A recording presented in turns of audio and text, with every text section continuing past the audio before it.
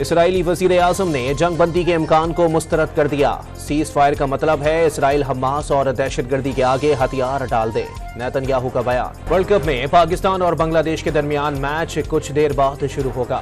پاکستان کے لیے مارو یا مر جاؤ کی صورتحال۔ پاکستان کرکٹ ٹیم کے ہیڈ کوچ گرانٹ بریڈبرن کو قومی ٹیم کا سیمی فائنل میں پہنچنا انتہائی مشکل دکھائی دینے لگا۔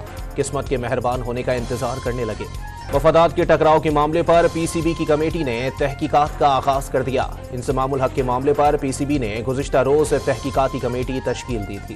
غیر قانونی تارکین وطن کے لیے پاکستان چھوڑنے کی ڈیڈ لائن کا آخری دن کل سے کریک ڈاؤن ہوگا۔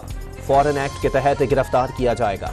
اسلام آباد کی مساجد سے غیر قانونی افغان باشندوں کو پاکستان سے نکل جانے کے لیے پولیس کے اعلانات۔ کوئٹہ اور کراچی سمیت ملک بھر میں مراکز قائم کر دیے گئے۔ اسرائیلی فوج کی بمباری سے مزید 23 فلسطینی شہید، شہداء کی مجموعی تعداد 8400 ہو گئی، 73% بچے بھی شامل۔ روسی صدر نے امریکہ کو غزہ جنگ کا ذمہ دار قرار دے دیا۔ سعودی وزیر دفاع کا امریکی قومی سلامتی کے مشیر سے ملاقات میں غزہ میں جنگ بندی کا مطالبہ۔ گھریلو صارفین کے لیے گیس کی قیمتوں میں 172 اور درآمدی کمرشل سی این جی صارفین کے ٹیرف میں 200% تک اضافہ، کل سے اطلاق ہوگا۔ جانبدار وزراء اور مشیروں کے کیس کا فیصلہ محفوظ، کیا نگراں حکومت کے 2 افراد الیکشن پر اثر انداز ہو سکتے ہیں؟